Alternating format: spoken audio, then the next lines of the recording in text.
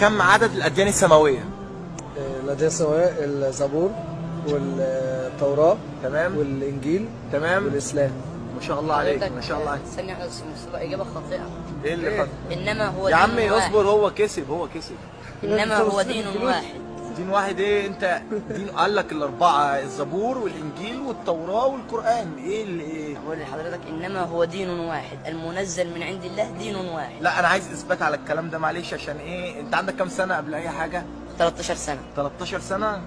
يعني انت الوحيد اللي بيتعارض ودين واحد. ما انا عايز بعد اذنك اثبات، لان دي مسابقه والناس يعني هتسمع الكلام ده، فيعني عشان ما نضللش الناس معلش. اسمع لقول الله تعالى: ان الدين عند الله الاسلام، فانما هو دين واحد. فما نزل على نبي الله موسى ونبي الله عيسى ونبي الله ابراهيم فهذه شرائع وليست اديان.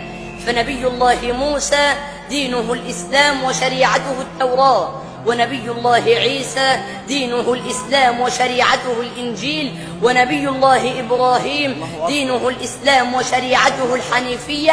أما نبينا صلى الله عليه وسلم فدينه الإسلام وشريعته الإسلام، وهنا اتحد الدين مع الشريعة. الله أكبر. لا لا لا، أنت إيه ده؟ أنت 13 سنة؟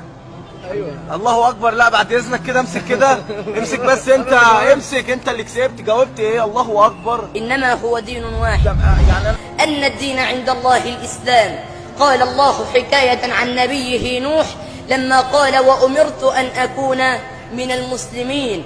نبي الله إبراهيم: وإذ يرفع إبراهيم القواعد من البيت وإسماعيل ربنا تقبل منا إنك أنت السميع العليم ربنا واجعلنا مسلمين لك ومن ذريتنا أمة مسلمة لك وأرنا مناسكنا وتب علينا إنك أنت التواب الرحيم. نبي الله يعقوب: ووصى بها إبراهيم بنيه ويعقوب: يا بني إن الله اصطفى لكم الدين فلا تموتن إلا وأنتم مسلمون. نبي الله يوسف: أنت ولي في الدنيا والآخرة توفني مسلما وألحقني بالصالحين. نبي الله سليمان: إنه من سليمان وإنه بسم الله الرحمن الرحيم ألا تعلوا علي وأتوني مسلمين. نبي الله موسى قال الله حكاية عنه لما قال لقومه: إن كنتم آمنتم بالله فعليه توكلوا إن كنتم مسلمين. نبي الله عيسى: فلما أحس عيسى منهم الكفر قال من أنصاري إلى الله؟ قال الحواريون نحن أنصار الله آمنا بالله واشهد بأننا مسلمون. الجن المسلم وأنا منا المسلمون ومنا القاسطون، فمن أسلم فأولئك تحروا رشدا وأما القاسطون فكانوا لجهنم حطبا. أما سيد الخلق وحبيب الحق فأنزل الله عليه قوله تعالى: إن الدين عند الله الإسلام ومن يبتغ غير الإسلام دينا فلن يقبل منه وهو في الآخرة من الخاسرين. فهو دين واحد. الله أكبر. أنت اسمك إيه؟